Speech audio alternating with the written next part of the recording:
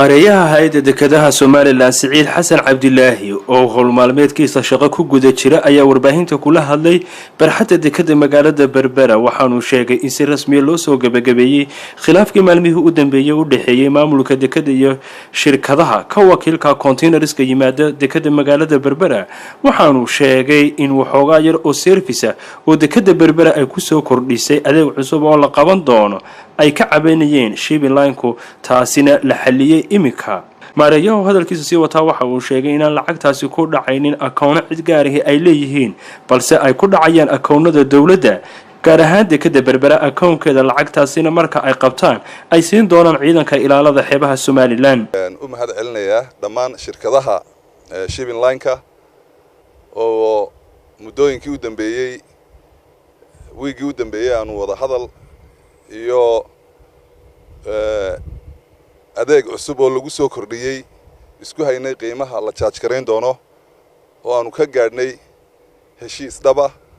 horta marka koowaad aad baan ugu mahad celinayaa dhammaan shirkadaha shipping lineska oo runtii ah dadka ugu muhiimsan ee aan ugu qabanno adeega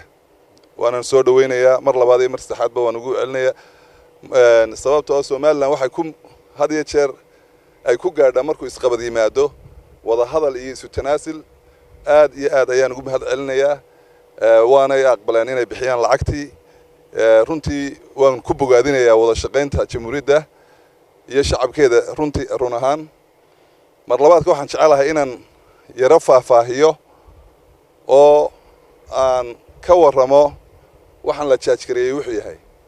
dadka qaar baa waxay lahayn markab kasta iyo doon kasta lacag baa la charge gareynayaa maaha waxa la charge gareynayaa maraakiibta hubka la soo gasha badda aynu leenahay jamhuuriyadda Somaliland ka taliso ciidanka ilaalada fuulaya ciidanka ka tarinaya hubka ay sitaan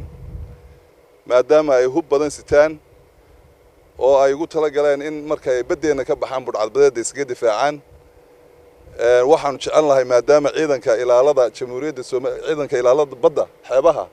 uu awood buuxda u leeyahay inuu difaaco badda Somaliland isaga fuula isaga ka tiriya isaga ka sil gareeya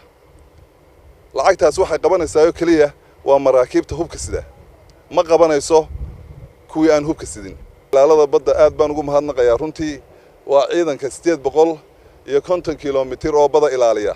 aan wax yar ka dhicin runtii waa wax Ilaahay lagu mahadnaqo iyagana lagu amaano marka hadii la yiraahdo waxoogaa baa loo jirayaa ciidanka ilaalada si loo kobciyo maadaama ayaan bari dhaweyd madaxweynuhu wuxuu soo biyay 6 doonyood oo kuwa dagaalka ah runtii ciidanka in la kobciyo badeena la ilaaliyo waa muhiim